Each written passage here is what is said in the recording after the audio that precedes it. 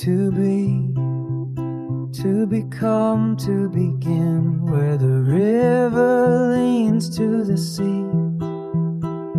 To learn, to let go, to love. The world turns endless, turning me.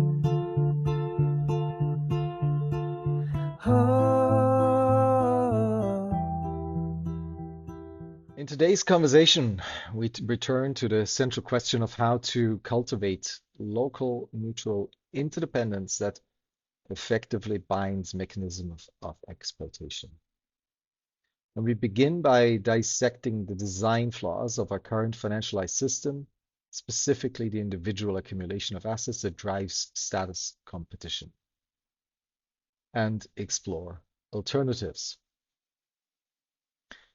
And we acknowledge the inevitable risk of corruption, which Jim terms the blight, and discuss how radical, world-readable transparency serves as a necessary immune system for these collective structures. We then shift to the physical architecture of society, weighing the trade-offs between the efficiency of the division of labor and the fragility it creates. And finally, we tackle the thorny issues of governance and the life cycle of institutions. Jim argues for the principles of voice and exit, emphasizing that a free society must allow members to leave on fair terms. And we conclude with a radical thought experiment on the sunsetting of massive corporations. I hope you enjoy the conversation. So last time we ended on a very interesting point, which was the question, how is it possible to create local mutual interdependence to bind mechanisms of exploitation and greed? And we said that's where we want to pick up again. And we could also try and fold one or two of the other topics that we had in lists into that. And I specifically see two that might be interesting to seed this conversation, which are governance and signaling. Yeah, so those are all related, obviously, right? Yeah, exactly. So yeah. Let's start with the. Let me recap what I remember. That we kind of stumbled into a conversation that we kind of went, interesting. Maybe we should intentionally cultivate interdependence, and that there is a tunable parameter of interdependence between people in a community, and it for any given community, and it probably varies by community and by culture. And Eastern cultures can be different than Western cultures. East Coast Americans would be different than West Coast Americans. Southerners are different than Northerners. Which is, what is the right amount of interdependence amongst people to a flourishing culture that doesn't degenerate into individual greed on one hand and doesn't become stultifyingly ineffective on the other? And like a lot of these things, there's a curve, and trying to find someplace good is probably important, but the search for someplace perfect is probably stupid, right? You're never going to find the exact optima, but get someplace fairly close, and be cognizant of the fact that this is a design parameter. And I have thought about it a little bit since we had that conversation. I even have an idea or two. Okay. Yeah, go ahead. Let's dive in. This actually ties into part of the long-running discussion I've been having with Megan in particular, but with other people about Game B topics, which is one of the serious design flaws of late-stage financialized Game A, in my opinion, is that investable assets are, in most cases, owned by an individual, and that puts people into competition with each other on who can build the biggest stack of chips even if it's just for shit talking rights of who has the biggest stack of chips. You know, Jeff Bezos doesn't need another $1 billion to buy cheeseburgers, right? Jeff Bezos wants another $1 billion because he can say, nah, Elon, I got more money than you do. Nah. And there's an awful lot of that. And if it were not tied to big men, you know, the pervasive big man problem that Chris Boehm identified, I think we see a lot less psychopathic games being played. So what happens if essentially all investable assets are owned by membranes? And so let's start at the lower level, and we have approximately a Dunbar level group, 150, 300, 550, something in that range, community, and that we do as the early kibbutzniks did in the Israeli kibbutzes, and have what was called a shared purse economy, which is that everything we make and everything we spend comes out of a single bag of money. And if we invest smartly, the benefits go into the common purse. If we're spendthrifts and spend more than we make, then we all are equally poor, and causes us to think about the fact that we're not only nominally interdependent, but in this case, we are financially interdependent. And I do believe that single changing the nexus of investable assets from the individual to even just the first Dunbar group, the 150 group, would make a fantastic difference in how we think about everything. And of course, there's huge governance issues and potential problems and exploits and corruption that have to be dealt with. But I think by itself, that's actually a significant and relatively straightforward and historically demonstrated way to dial in a certain amount of interdependence. Now, this is also interesting about the dialing in. The Israeli kibbutzes in the 1920s all started 100% common purse, where all the money was pooled, and there was controversies about, for instance, whether inheritances should go into the common pool. And initially, the answer was yes, right? And then there was a big issue after World War II. The German government paid substantial reparations to the families of people killed in the Holocaust. And the question was, should those reparations go into the common purse in each kibbutz, or should they go to the family, to the lineage, to help the grandchildren go to college? And some kibbutzes went one way, and some kibbutzes went the other way. And so one could imagine the common purse being either fully absolute common purse, as the original kibbutzes were, or over time there could be agreements, or what we call accords, that say what goes into the common purse and what doesn't. And it might, so let's say, for instance, inheritances. Maybe the rule is 25% of the inheritances go to the individual, 75% goes to the common purse. But it doesn't really matter what the settings are, as long as you understand that there could be these settings. And so then you have the common purse. And then, of course, to your point, that puts a lot of load on governance. If I give up control of my own money, the great thing about my own stack of chips is I personally can decide, period. Nobody can second guess me. And so I have to trust the governance in a situation like that.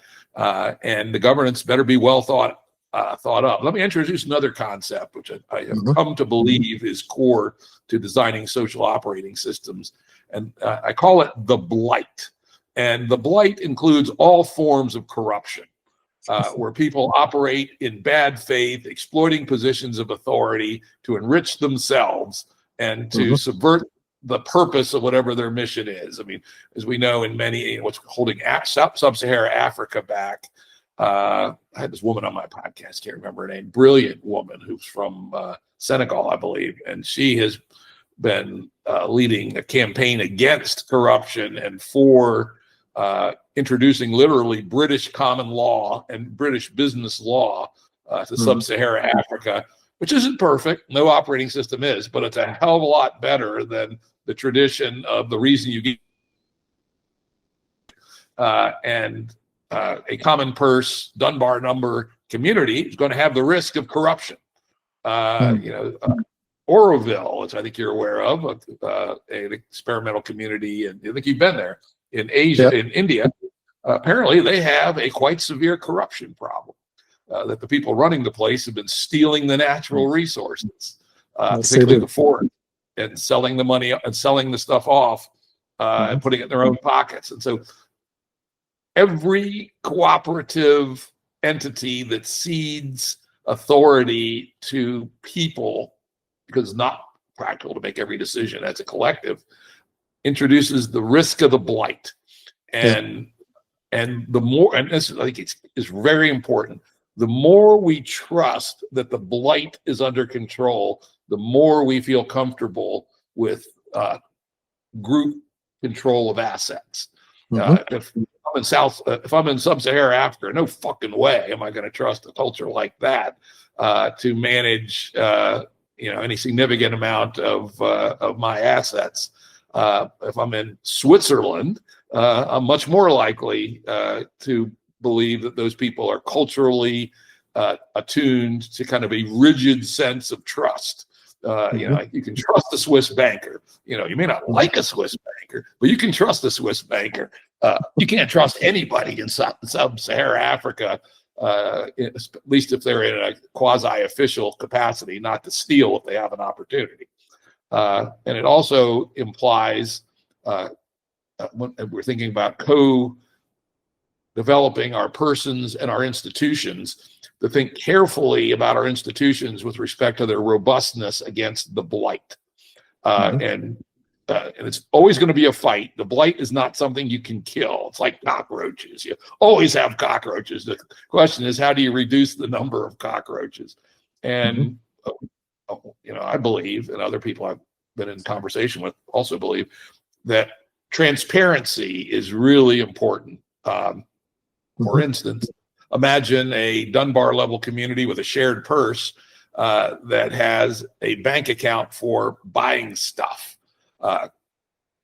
Relatively simple rule is that the ledger for that bank account is world readable. Everybody can read it. Period. And the information in the bank account is relatively detailed. What was it? How much? Who did it go to? A memo, and who signed off on the transaction.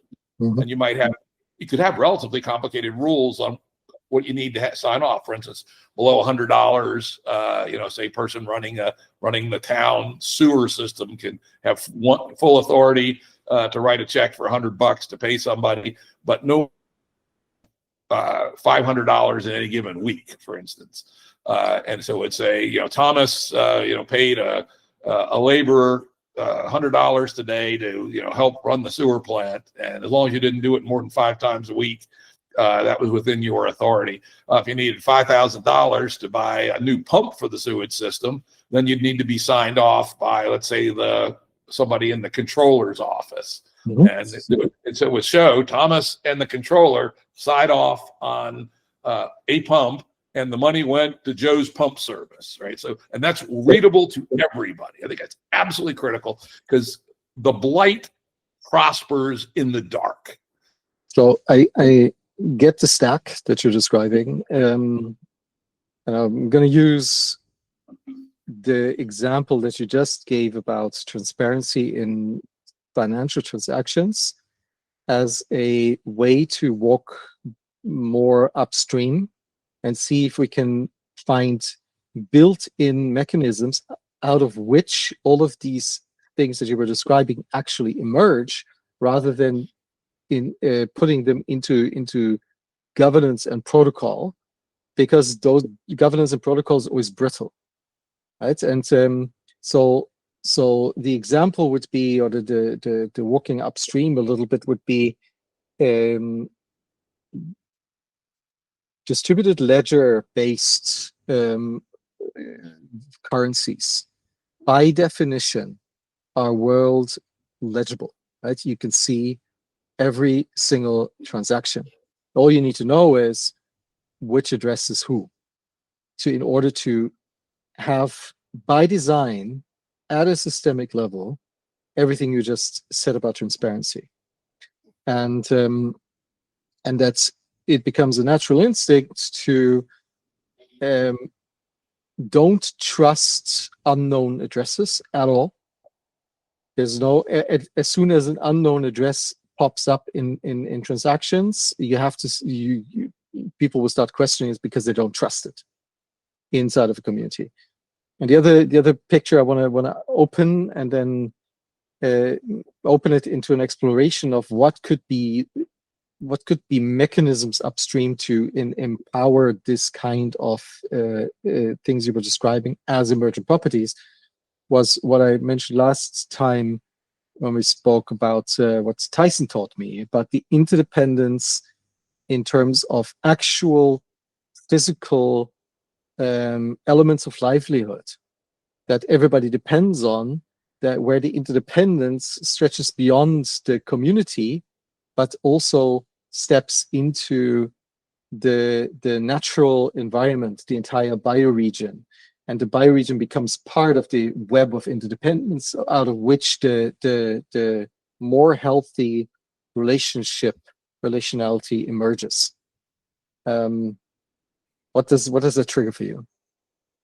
Yeah, I think that's another adjustable knob. If we go back to Adam Smith, right, The Wealth of Nations, he gives the example of the pin factory, where he talks about an artisan who makes pins, little metal devices with a head on them.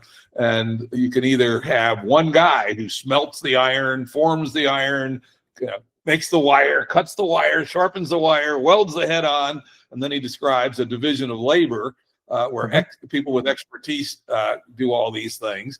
And he calculates that the pin factory will be 100 times as productive as the artisan making pins. Now there's a trade-off here. We also know, I think Marx, I'm not much of a Marxist, but Marx talked about the issue of alienation. The artisan making pins can have pride in his work because he did it all from beginning to end. If I'm the person sitting in the pin factory soldering the heads on pins all day, the feeling of personal satisfaction from my work may be less. But the pin factory actually is interesting because it's introducing interdependencies. You need the people who are doing all the different kinds of work to make those pins, and they have to figure out a way to work together. In the West, in late stage or even earlier stage Game A, it was the business, was the membrane that we use to coordinate our efforts to be able to take advantage of division of labor and other ways of being more efficacious in the world. And we could, could think about that from a broader scale. For instance, as our Aboriginal folks in Australia do, and and even in traditional, let's say, North American yeoman farming, different families specialized in different things. One of them had an orchard and grew lots of apples. Another one made wheat. Another one had a blacksmith shop and could make horseshoes. Another one I happen to know some in rural areas, a person who was an expert in breaking horses, training horses. A person who's expert in training dogs for hunting. And so you have a community of people with an emergent set of skills of which you need you need them all. And actually references the complex science work. George Gummerman, who is an archaeologist, a field archaeologist, not a fancy computer guy. And he wrote some famous papers, I believe in the 80s, where one of the peoples he was studying, which was the Anasazi Native Americans, who built these interesting, and in some cases very elaborate cities and villages that were perched on the edge of cliffs or in very remote places. And the question was always, why did the Anasazi die out? Because they did. They basically dispersed around, I think, 1300 BC.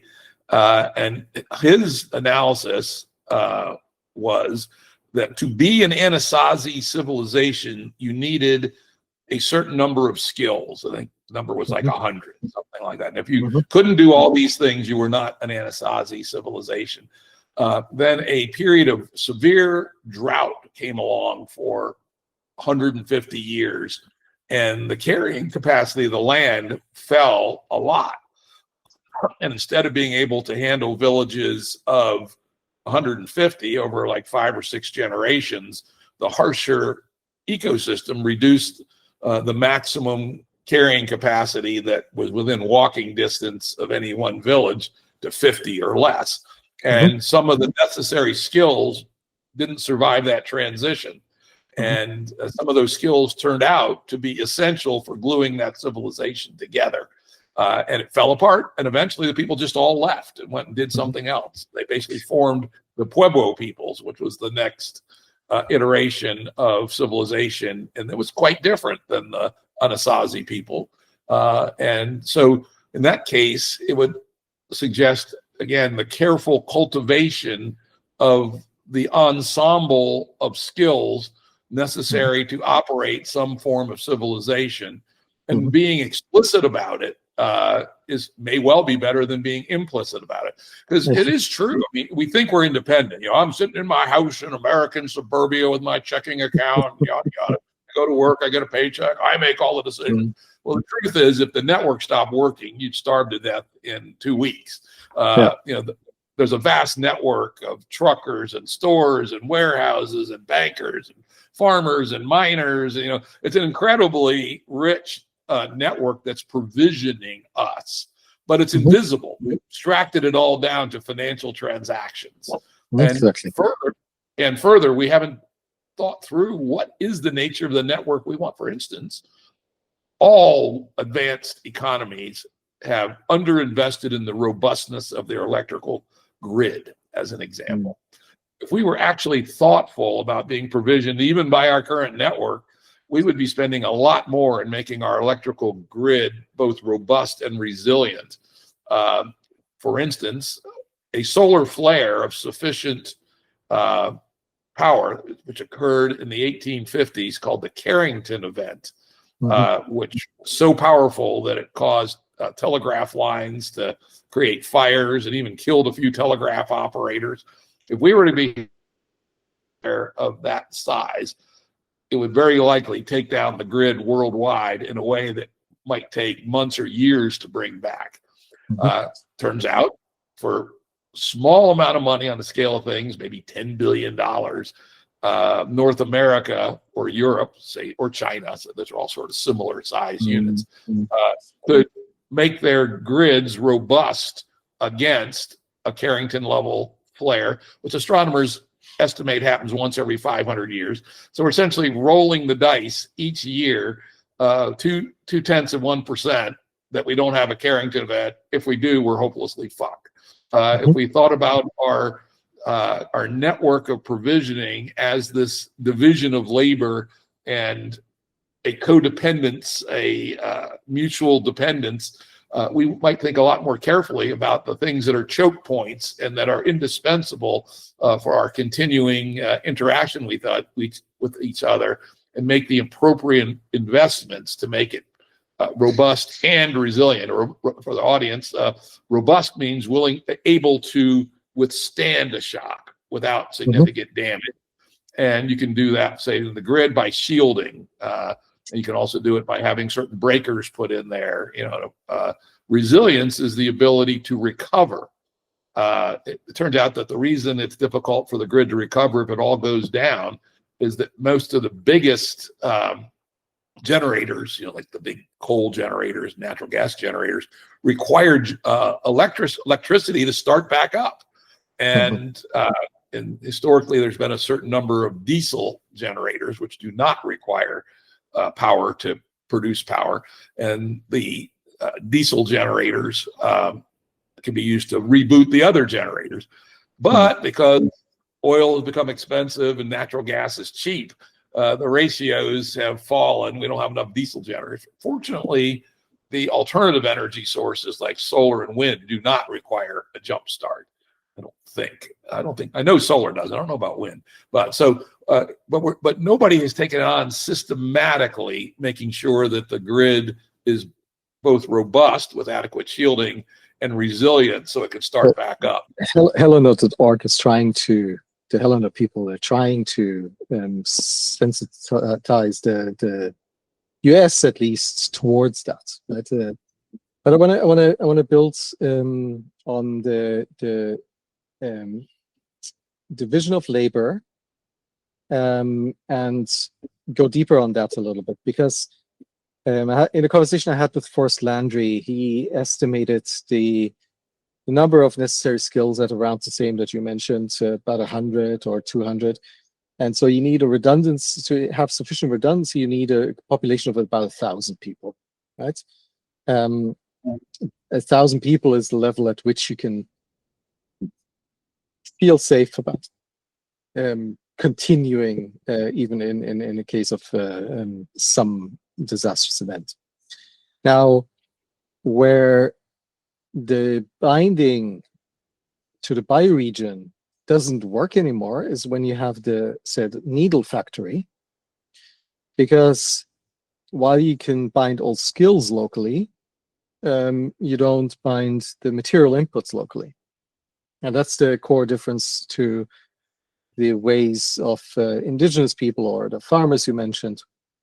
And so one interesting aspect, and you know that I am very interested in that, is localizing the material pathways, because not only can that then in an emergent way provide this localized binding, because it's just much more convenient and cheaper to source everything you need on a material level locally, but it also makes you at the same time more independent from actors elsewhere, right? You're not dependent on globalized supply chains and all of that, but you can grow your material inputs locally. What do you say to that? So how do you think about that as a pathway, and similar pathways that help us really be localized? Yeah, I think that there's a tension, which is all the things you said are true, that it is beneficial in many ways to source things locally or relatively locally. For instance, the yeoman farmer communities might have been spread out over 30 kilometers, something like that. So they weren't necessarily co-located, but they were within a couple of days wagon ride to meet once every 2 weeks at a market town and trade with each other. So you have to tune what is the right level of locality, and it also depends on the item. For instance, even forager peoples in North America.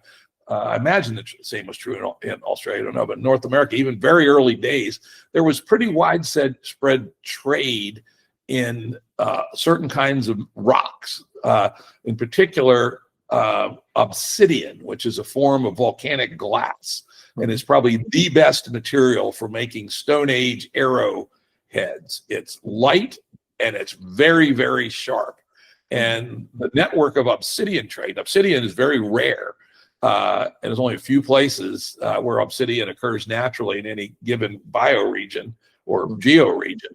And the trade in way farther than any one group of forager people would ever move, but it went from one to the other, to the other, to the other. So where the obsidian outcroppings were, the local people that controlled that asset traded it to their neighbors, who traded it to their neighbors, who traded it to their neighbors. And the next thing you know, obsidian from New Mexico was in Virginia, even though nobody ever traveled more than 30 kilometers probably. And so we have to think about the material. If we want to, if we to the great degree are using iron, while there is iron most places, the deposits of rich iron are way better than trying to make things out of really weak iron. So there's a pragmatic thinking about how local it really makes sense to be. I use the example fairly often. We're talking about membranes, Dunbar level, proto-B type membranes. It's gonna be a long time before we make our own computer chips, right? And so we have to, sort of build into our thinking how how we deal with that fact that it's just not very sensible for us to invest $15 billion in building our own state-of-the-art computer chip factory. And so we should just assume that we're going to be trading with other people, some of them very far away, and some of the people we probably don't like, to get our computer chips. Now, of course, on the flip side of that, one could have an ethos towards localization. We might decide, well, let's minimize our dependence on computer chips. Let us build a society that, yes, we want computer chips for some things, but do we really need computer chips in our washing machines? Probably not. We got along for a long time without them. Do we need computer chips in our cars? We don't. You know, I used to wrench on cars a lot when I was a teenager. I could take the engine out of a car and put a new one in back in 1965. Can't do that today. All these fancy computer chips and all that sort of stuff. Maybe we just make a decision that in our region, we're going to have as much of our machinery as possible be non-digital, as an example. No, by the way, you get a free lunch, and that it's much more robust against a solar flare or a nuclear explosion. And so you pick up some free robustness and resilience if you make the principled decision to minimize your exposure to the digital, just as an example. But you probably don't go to 100%. You still would like to have access to the internet for various things. And so maybe you say, maybe we need 100 microprocessors in our community. If you're living a, middle class, upper middle class American life, I bet you have 100 microprocessors just doing your own work today, and most of them you don't even know about. And before long, it'll be 1,000. Nasty little secret. How did Hewlett Packard fuck us all over so we can't use third-party ink cartridges anymore? They put a microprocessor in their cartridges. And that's why I keep my old laser printers. I mean, goddamn, if I buy a new one, because I want to be able to use third-party chips. So there may be some, disciplines, digital hygiene around keeping the number of chips in our lives low, and that gives us many different wins, including improving the ability to make things and work on things. Pre-chips in a computer, a village of 50 people could very easily have someone that could work on tractors and cars. Today, you need a vast supply chain of instruments and all kinds of crazy ass shit to even fix a tractor, which is mind-boggling. Mm-hmm. We rooted the conversation last week in the 10,000 year horizon, right? And then started asking questions about what is infrastructure that is required towards this. And this is how we landed in this conversation. Yes. And I think it's also related because the 10,000 year horizon says we need to be or we want to be galactic or intergalactic even, right? Which could be yet another angle into looking into localized independence, but also interdependence. Because if you're the first colony on Mars, you don't want to travel around the entire planet all the time to get a few of the rare earths that you couldn't bring with you, right? So you need to have much more innovation in the way we do things, and have alternative material pathways to building machinery like the ones we're using right now to have a conversation. And at the same time, in order to get there, I would argue, and I think you invoked the Stuart Kaufman idea of the adjacent possible, right? To really effectively tap into adjacent possible, we also need to tap into the scaling laws that Jeff West and crew found, right? And so far, the best solution to that problem that humanity has found is to clump people together in physical space. So we won't be able to clump people in physical space for several reasons, either for ecological pressures on this planet or for resource pressures on other planets. So we need to have the innovation and intellectual density of a city, but across time and space. So what comes to mind when I open the space in that direction? Yeah, the person who's done the best job of synthesizing this is Jordan Hall in his concept of the civium. And he specifically uses the work of Geoffrey West and Louis Betancourt, who took the scaling laws, and he's the one that found all these interesting things about cities. You know, that cities basically become 15% more effective at creating new ideas, moving into the adjacent possible more rapidly. It turns out they also walk 15% faster every time you double the populations. You go from 1 million to 2 million, you'll have 2.3 times as many patents, not just 2, right? But the bad also scales at the same exponent. So you'll have 2.3 times the crime, 2.3 times the mental illness, 2.3 times the pollution, 2.3 times even the disease. Interesting, because if what's making innovation happen faster, which is the mixing of people is also spreading diseases and is a evolutionary petri dish for discovering more virulent forms of disease, right? COVID would not have spread or gotten through so many evolutionary paths if we lived in a civilization of 150 people. Just wouldn't have had the petri dish to evolve so fast, as an example. And so I would look to the Jordan Hall idea of the civium as a pretty well thought out possible path to the future. And he explicitly says we still want to do big things. The example I give is the long baseline gravitational astronomy. It's a weird example, but it's one that took 30 years of people all over the world working together to be able to use gravity waves to explore the universe. And it works amazingly, right? And you needed thousands of people working together. Though it's an interesting example because not too many of them were all in one place. They were scattered across the world, in the global south as well as in the global north. And, sort of using that as an aspiration of maybe all of our big things can be addressed that way. And at a minimum, we should have a preference towards those big things which can be addressed that way. And so I think that's a systematic way to think about directionally on how we should like our civilization to evolve towards smaller groups, but groups that are interconnected in a way aspects of cities can occur without accumulating the negative exponentials.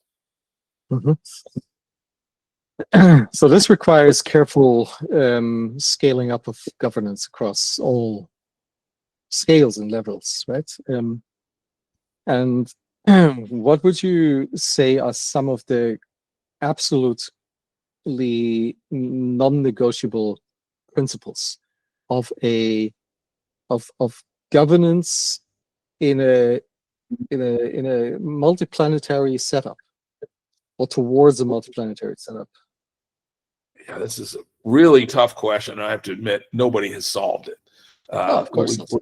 But what we're doing, we're thinking towards what might be important elements in such a system. And the other thing, of course, to keep in mind is I certainly hope nobody thinks they've solved it for forever, right? This is the utopian fallacy, right? The dictatorship of the proletariat, right? Sorry, or the Volk über alles, right? No, these are all bad governing principles, as it turned out.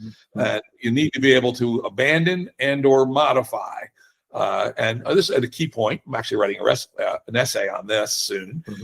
Viscosity is a hugely important design parameter in your governance system. Viscosity meaning how quickly can things change?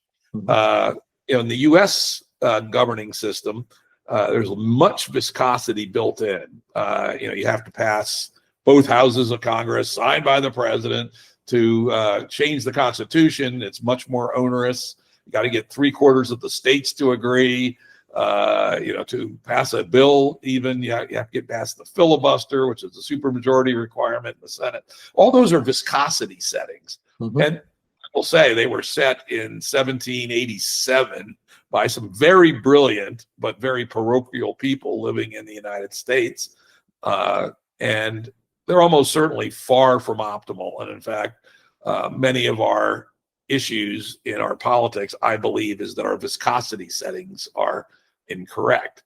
And not only are viscosity settings incorrect today, but we have no meta mechanism to adjust the viscosity settings, or at least ones that are accessible. In theory, in the United States government process, you can always amend the Constitution with one single exception, which cannot be amended. But it's very onerous, and that viscosity setting is set very high. So constitutional amendments have only happened like 27 times in the whole history of the United States, and many of them were technical fixes. Actually, substantive ones, maybe 15 at the most. And that's probably too low. And so thinking about both the current, a current and the meta viscosity rules, I think is essential for thinking about and growing, organically gardening your governance system. The other principles, but a lot of principles that come to mind, but two that I have come to really think are deep. I stole from a guy named Max Borders. I don't know where he got them from. He calls it voice and exit. And this is addresses two very interesting issues. One, Forrest Landry actually makes a pretty good argument that traditional majoritarian voting is not a really great way to make decisions, because you end up with the minority hating the majority, or at least potentially, what Gregory Bateson called sigmogenesis, that once you put on team labels, psychologists have found this in lab experiments, you take a bunch of students, give them green armbands or red armbands, within a week, they're persecuting each other because of green armbands versus red armbands. And majoritarian voting does that. There's a tendency towards that. And of course, many countries have different architectures. The German has the very interesting dual method of electing representatives, one from a locality, but the other from a party list on a nationwide basis or a statewide basis. And that's one setting. US has all local districts. Israel has all party list, which and they produce very different systems. Israel has like 25 parties in a tiny little country. More. It's crazy. More even. And US has 2, and Germany has 4 or 5, right? Yeah. So those institutional settings on how you make decisions and how you elect representatives have real implications. And so I think Max wisely stepped back a bit and said, what is something more general than, say, majoritarian democracy or all these various different settings for institutional structures, and said voice. Every system must have a voice for everybody. So everybody has a role of some sort in the decision-making apparatus. And I would hope there'd be a lot of innovation in how the voice is implemented. But the fundamental principle is, and this is part of the Enlightenment, before the Enlightenment, we had 10,000 years of rule by violent big men, kings and warlords and knights and all this sort of stuff. In the UK, at least, and you can call that where it took off from, 1688, the Glorious Revolution was established that the king is to the parliament, period. And the parliament is elected by some subset of the people, initially an oligarchic subset, but over time that increased until eventually by the early 20th century, all UK citizens, at least men initially, and then women, could vote. And so the concept of voice evolved, but the concept of voice was made, rock solid in that glorious revolution of 1688.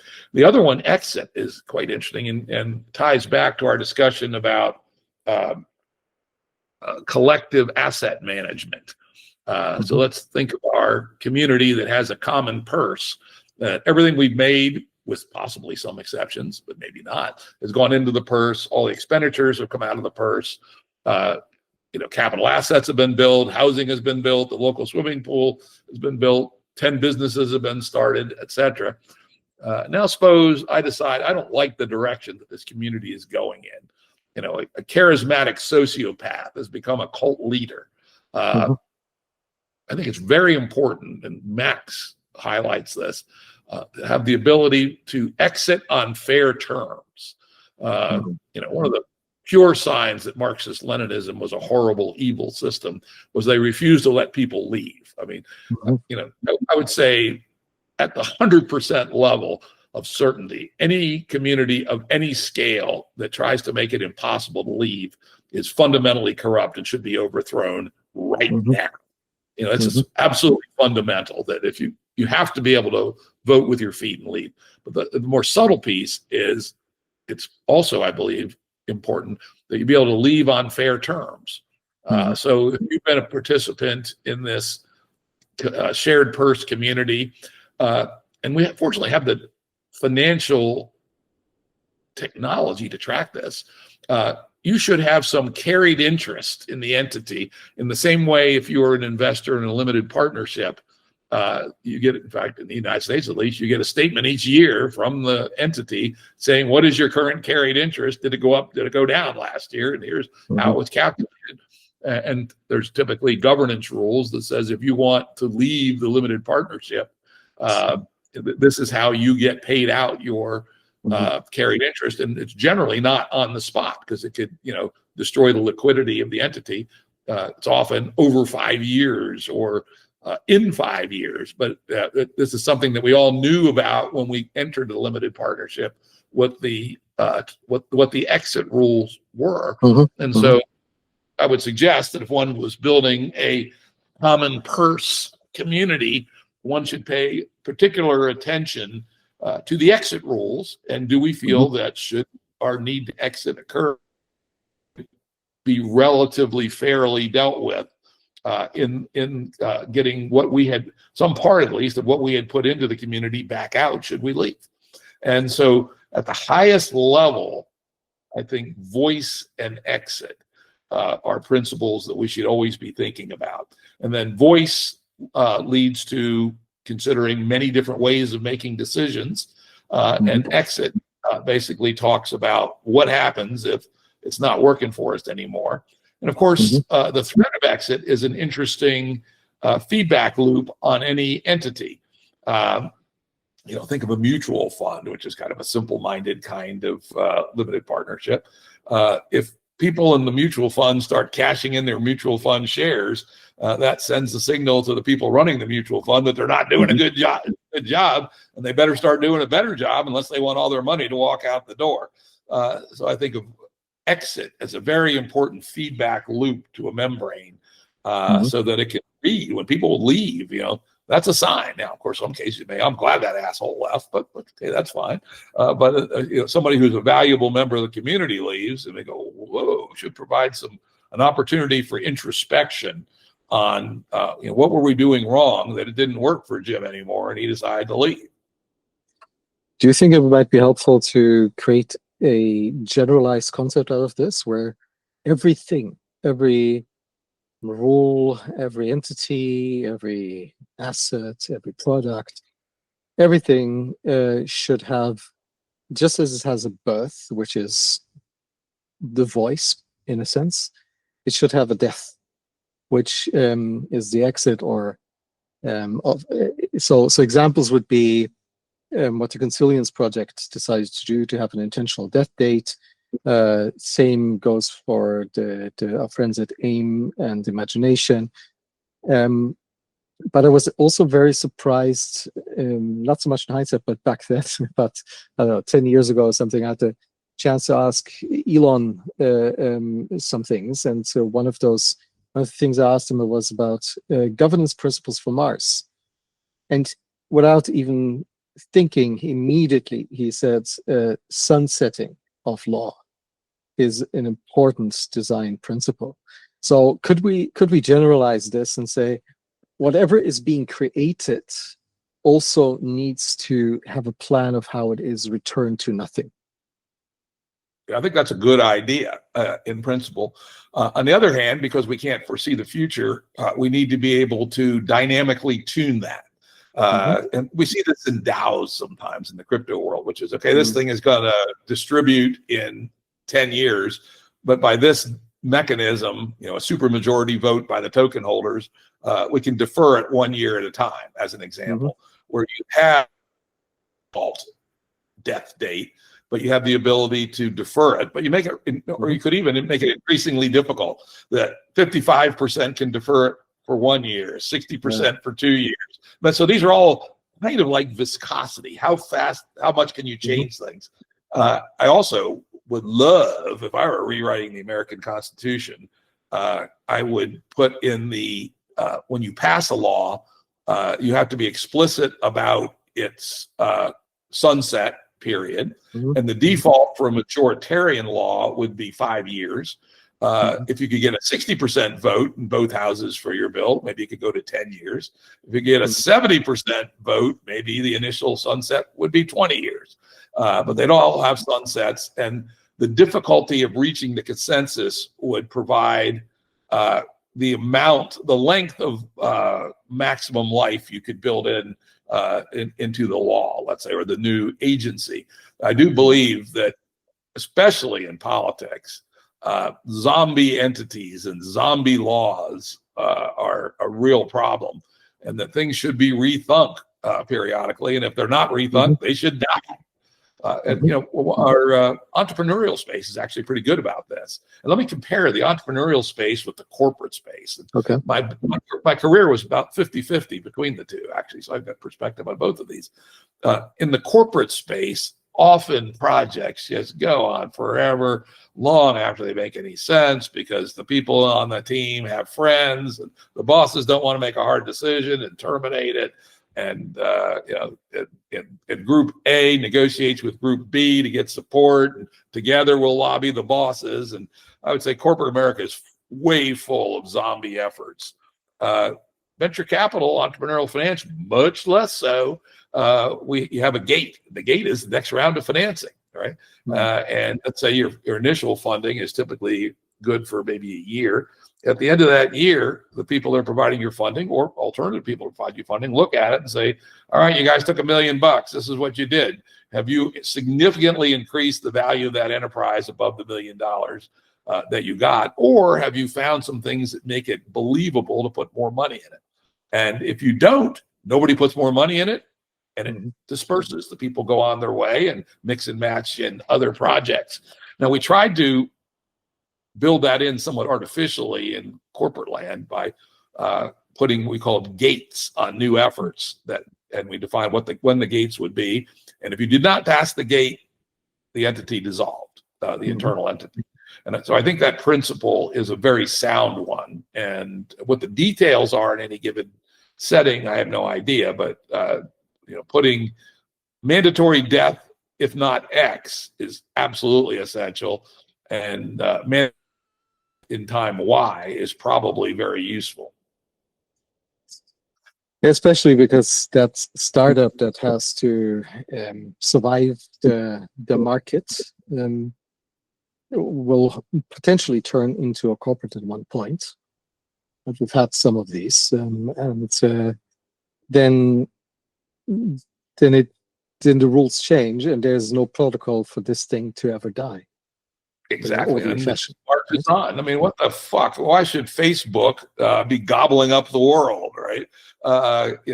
Maybe it was a good idea at the beginning. I don't know, but it's certainly not a good idea now. Or Google, or any of these giant voracious monoliths who have their own inertia to just gobble the world.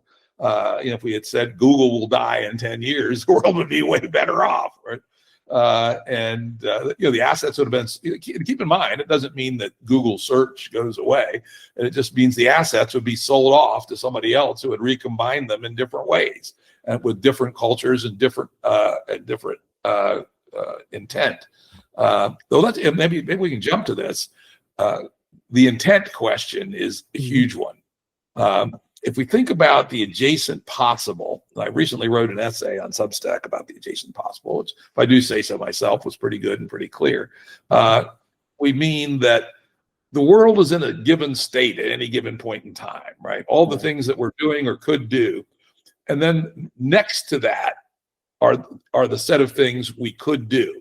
And I gave the example in the paper, by 1983, it was possible for Steve Jobs to, with a team of people, design the Mac.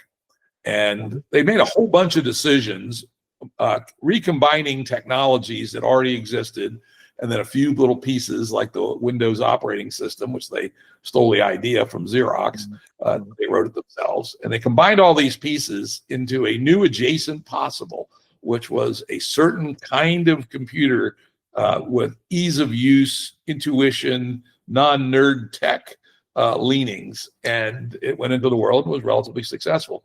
One of the decisions they could have made, and one could even imagine Steve Jobs doing this, is to choose a non-standard keyboard. The keyboard that we use in the West, we call the QWERTY keyboard, because the first letters, let me pull this cable away, on the first line of letters are QWERTY. So people call it the QWERTY keyboard.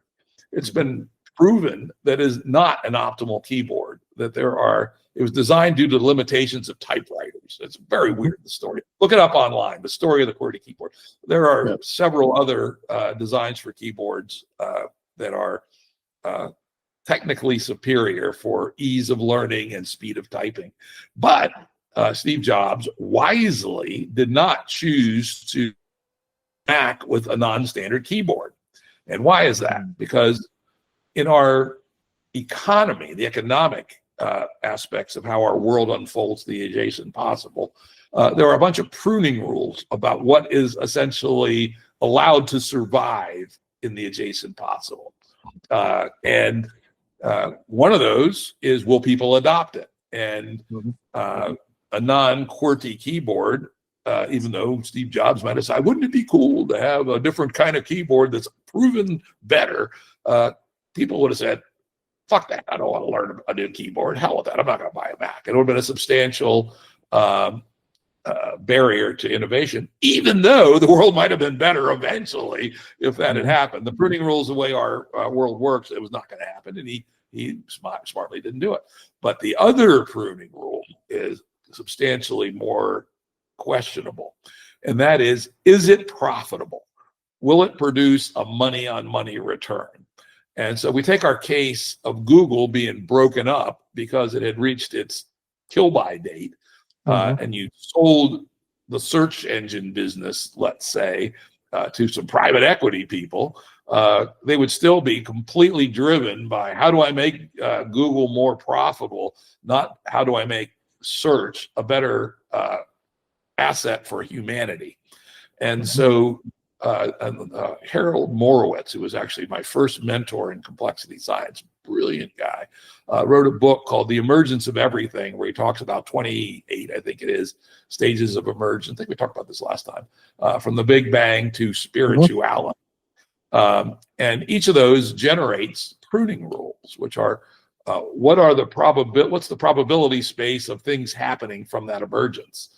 Where we are in late stage game A is that money on money return is the overwhelming pruning rule. And so those things which are both profitable and at least people with money think are very likely, that could be adopted, got it backwards, could be adopted and will be profitable, or at least we think will be profitable, are what is called into being by our financialized world of innovation. Let me give you an example, a current pet peeve of mine. If you watch sports on TV, which I don't do a lot, but I did watch the World Series a bit. I watch the occasional football game. The broadcasts of these things are unbelievably dominated by sports betting apps. And sports betting apps have been recently called into the world because they were doable. And for some reason, they hook a certain part of the mammalian brain, particularly on young men, and particularly on young men who are drinking a lot of beer at the time. And they, if you tune them psychologically correctly, they're. And so we now have an utter proliferation of these things that, just as you would have expected, they get more and more expert at draining your wallet. The current state of play in the United States, don't know about elsewhere, is if you're watching a baseball game with one of these sporting apps, you can literally bet on whether the next pitch will be a ball or a strike. So, every 15 seconds, you have an opportunity for a dopamine hit. And I guarantee you, these things are being designed by hundreds of PhD psychologists who come from the rat torturing division of psychology. And they know how our intermittent reinforcement of dopamine works. And they design these things to be maximally addictive. Now, anyone standing back a ways and applying omni-consideration would say that this is the best use of a bunch of smart and capable people addicting young men with a taste for beer to having their wallets drained by sports gambling apps. I sure the hell don't know how we'd get that if we had an omni-considerate decision-making process, but I sure as shit see how we could get it if the pruning rule is, will this be profitable when exploited to the maximum degree, right? And so that's what we got. And so choose your pruning rules carefully. The set of pruning rules that Game A has, while good in some ways, is very, very bad in others.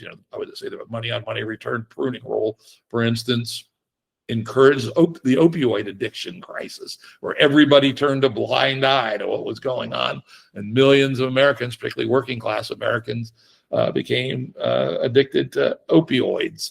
The forever chemicals. A little bit of foresight. We should have said a really bad idea to insert chemicals that are somewhat toxic and carcinogenic into our society that will never break down.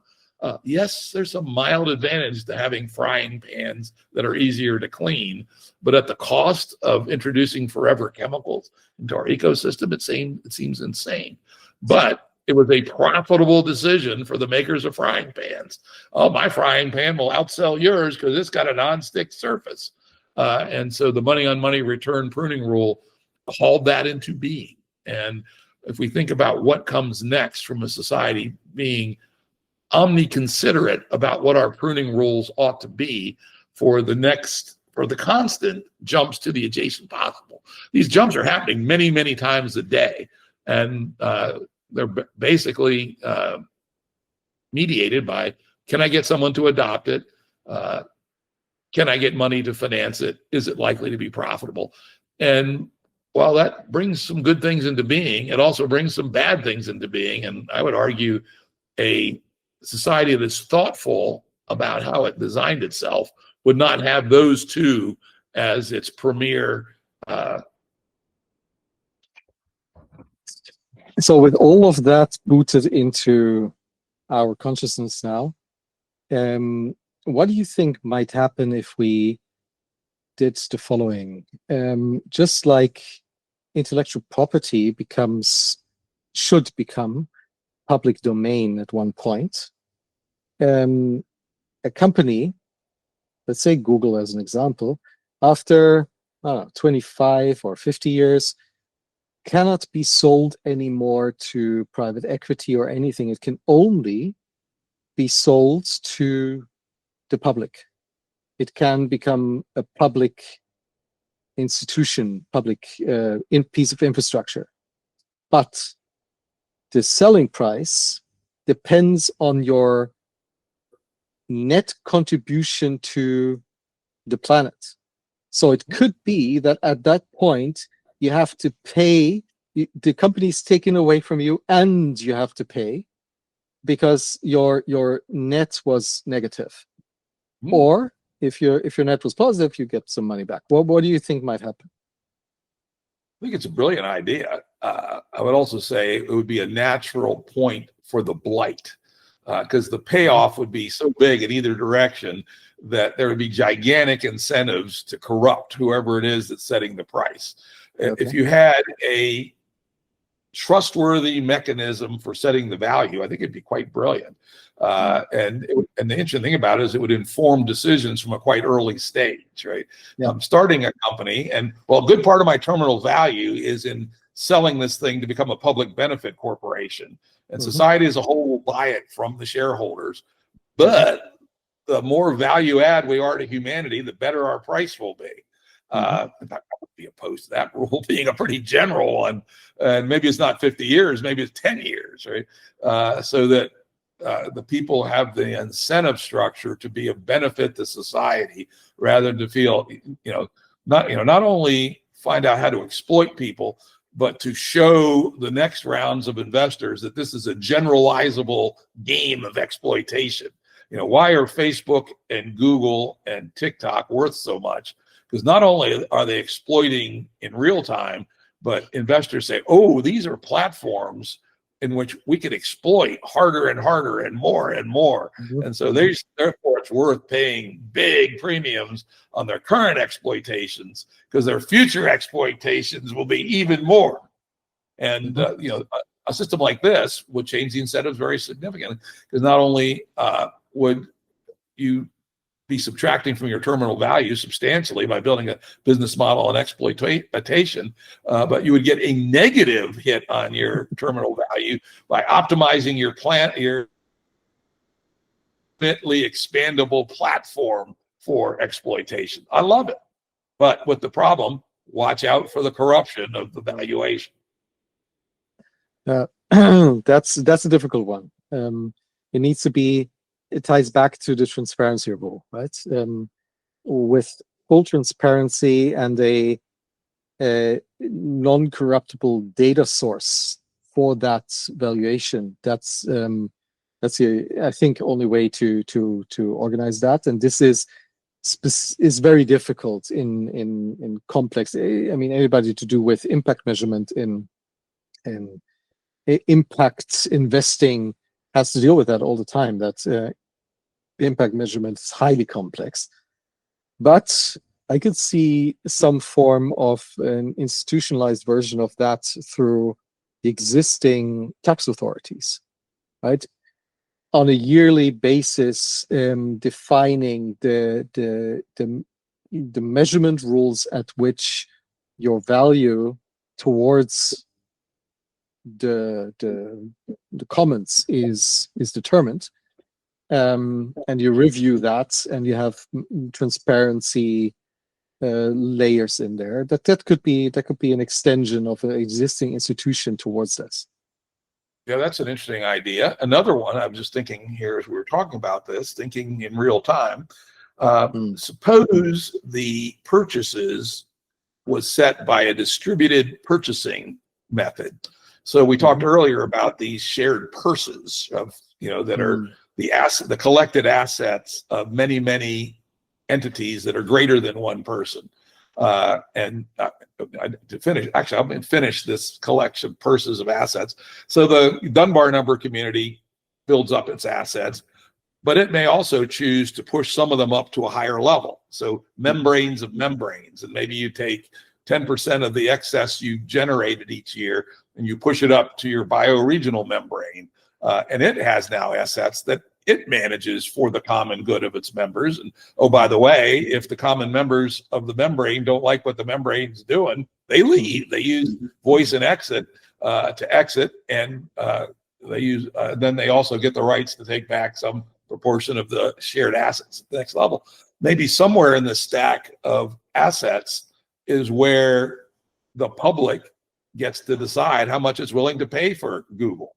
Of course, you want the alternative to be death, right? So Google just disappears, and that should be an option, by the way. That's the zero value or net negative value. But if there's enough people in the world who diversely value Google enough to buy it and turn it into a public benefit corporation, then we all raise our hands and say, oh, our little intermediate level membrane, we got dollars in the bank, we'll bid, or we'll provide 50 million into the pool because we believe that having Google is worth us contributing 50 million to have it. But if nobody raises their hands and nobody is willing to contribute to the fund to buy out Google, it dies hard. Boom. Right. Think about that as an algorithm. And again, I just made that up, so it might suck, but I kind of like it. Yeah, I like it because of its distributed nature, it might be able to bind the blight problem that you makes it harder. I mean, if you have to corrupt 1,000 membranes, that's a hell of a lot harder than corrupting one tax official. Right? We should have that conversation as a thought experiment with Sergey and Larry to see if they would start allocating money towards those 1,000 membranes in time to corrupt them. Yeah, but which is I can totally see happening. Yeah, it is interesting. Probably guys like Sergey and Larry. They wouldn't, maybe. Yeah. Sergey Brin and Larry Page. If we had caught them when they were 25, they might have loved this idea. But and maybe they still love it. I don't know. But being a billionaire seems to be a seductive thing, right? Mm-hmm. And not that many billionaires seem to be able to step back from voracious consumption and aggregation. They all want more. Actually, I might have that conversation with them. I could probably get to Larry Page and at some point and sit down and chat with him about this and say, all right, Larry, I think the 25-year-old Larry would have loved this. What's the 47-year-old Larry think about this, right? Would you be willing to do this, right? It would be interesting. Zuckerberg, too, My guess is that Zuckerberg was an okay dude, bit of a pervert, but an okay dude when he was 25. But he's been sucked into being part of mammon, essentially, where all he wants to do is grow his net worth,